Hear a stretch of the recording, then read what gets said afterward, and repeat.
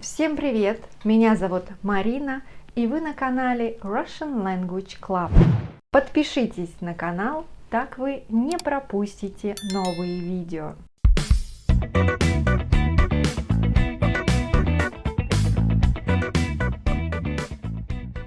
Сегодня я расскажу вам о российских городах, которые обязательно нужно увидеть, погулять по ним, познакомиться с достопримечательностями и почувствовать эти города.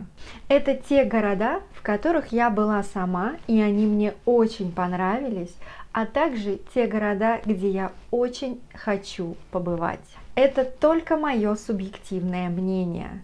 Вам могут нравиться другие города, поэтому пишите города, в которых вы побывали, или города, которые вы тоже хотите увидеть.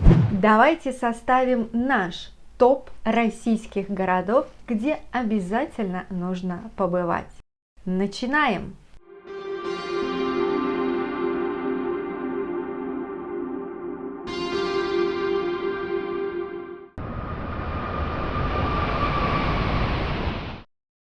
Начну я не с Москвы, хоть это и столица России, а первый город в моем списке – это город Санкт-Петербург. Я очень люблю этот город из-за его невероятной атмосферы. Это релакс, теплота и красота в деталях. Конечно, в Петербурге совсем не тепло. Климат там достаточно холодный, но уютные дворы и добрые люди создают это ощущение тепла. Почему релакс? Возможно, потому что только в Петербурге не всегда постоянно хочется отдыхать по-другому. Это музеи, выставки, галереи, разные шоу. В Петербурге всегда хочется гулять и узнавать что-то новое. Итак, Петербург – это музеи, выставки, старинные улицы и музыка. Да, город очень музыкальный. На центральных улицах постоянно, всегда выступают молодые, талантливые артисты. Кстати, Санкт-Петербург – это Петербург, Питер, СПБ, Ленинград. Следующий город – Москва. Конечно, Москва. Москва – это центр, хоть и географически не совсем центральная часть России. Москва – это очень активный город. Это город политики, бизнеса. Люди здесь очень энергичные, постоянно куда-то спешат. У них всегда нет времени. Возможно, потому что у них много дел, а возможно, потому что пробки и везде нужно быть вовремя. Москва совсем другой город. Это мегаполис, в котором собралось все. И древность, и современность, и культура, и экономика. В Москве нужно увидеть Красную площадь, Кремль, Большой театр, Зарядье, Измайловский парк и так далее. Интересных мест в Москве очень много. А еще я вам обязательно советую покататься по Москве-реке на речном трамвае. Это очень круто. Кстати, больше узнать о Москве вы можете в этом видео.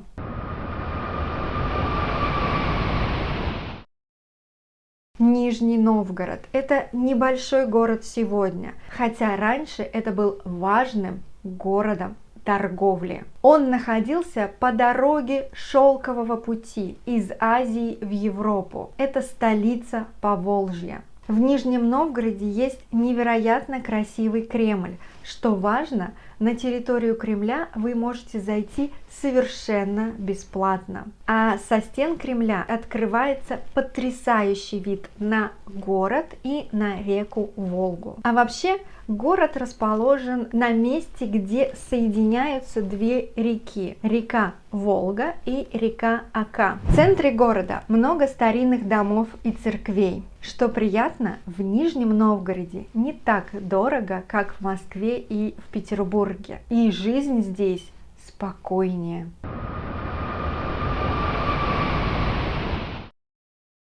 Казань, столица Татарстана.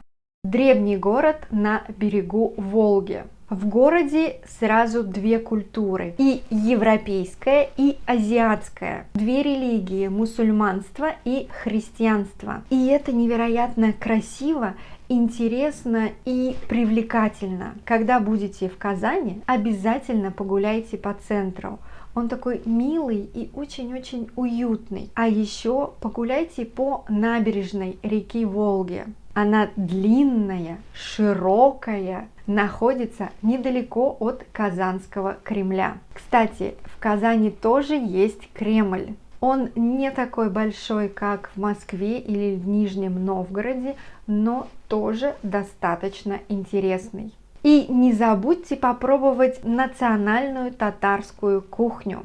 В городе есть татарский фастфуд, называется тюбетей. Это вкусно, недорого и не очень вредно.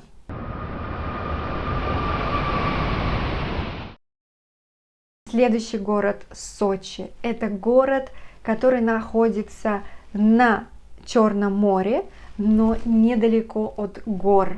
Это уникальный город между горами и морем. Как раз, если вы еще не решили, что вам нравится больше, горы или море, этот город для вас. Горы — это Красная Поляна, Олимпийская база, а море Черное, которое достаточно теплое и зимой. Это город-курорт, поэтому туристов здесь много всегда. И зимой, так как в горах есть современный горнолыжный курорт, и летом, так как начинается пляжный отдых.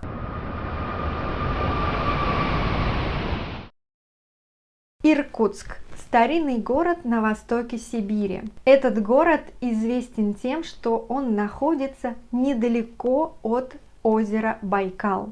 Но даже помимо Байкала в городе есть на что посмотреть. Это старинный город, где в центре можно встретить деревянные и каменные дома 17-19 веков. Обязательно погуляйте по набережной реки Ангары. Я вообще очень люблю гулять по набережным. А в Иркутске нижняя набережная Ангары считается самой старой улицей города. И гуляя по этой улице, вы можете увидеть самые главные достопримечательности города.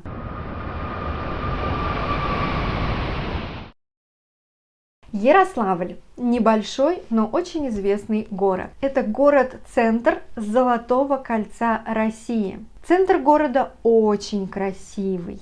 Это, конечно, набережная, потому что город Ярославль находится на реке Волга. В центре города вы можете увидеть старинные здания рубленого города. Кстати, когда-то здесь был Кремль, но сейчас его уже нет. Монастыри, церкви и площадь Богоявления.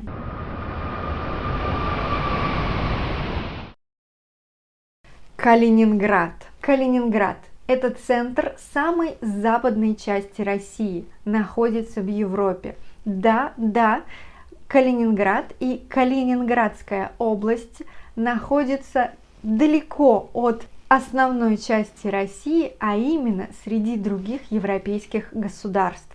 Когда-то Калининград был немецким городом, и назывался он Кёнигсберг. Кстати, и сейчас в городе осталось очень много старинных немецких зданий, что очень необычно смотрится в соседстве с советской архитектурой. Калининград известен благодаря янтарю, это солнечный камень. В городе даже есть музей янтаря.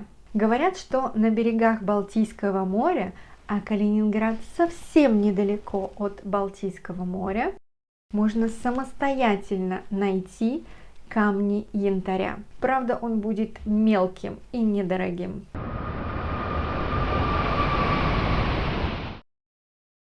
Владивосток. Город, порт на Дальнем Востоке. Ворота в Азию. Так иногда называют этот город. В городе очень много достопримечательностей, и почти все они находятся на берегу заливов Тихого океана. В первую очередь это город-порт. Здесь находится база Тихоокеанского флота России. И в городе много торговых кораблей. На открытках из Владивостока вы обязательно увидите Золотой мост или Русский мост. Советую во Владивостоке обязательно попробовать кухню. Это будет русская традиционная кухня с элементами азиатской. И, конечно, в ней будет много морепродуктов.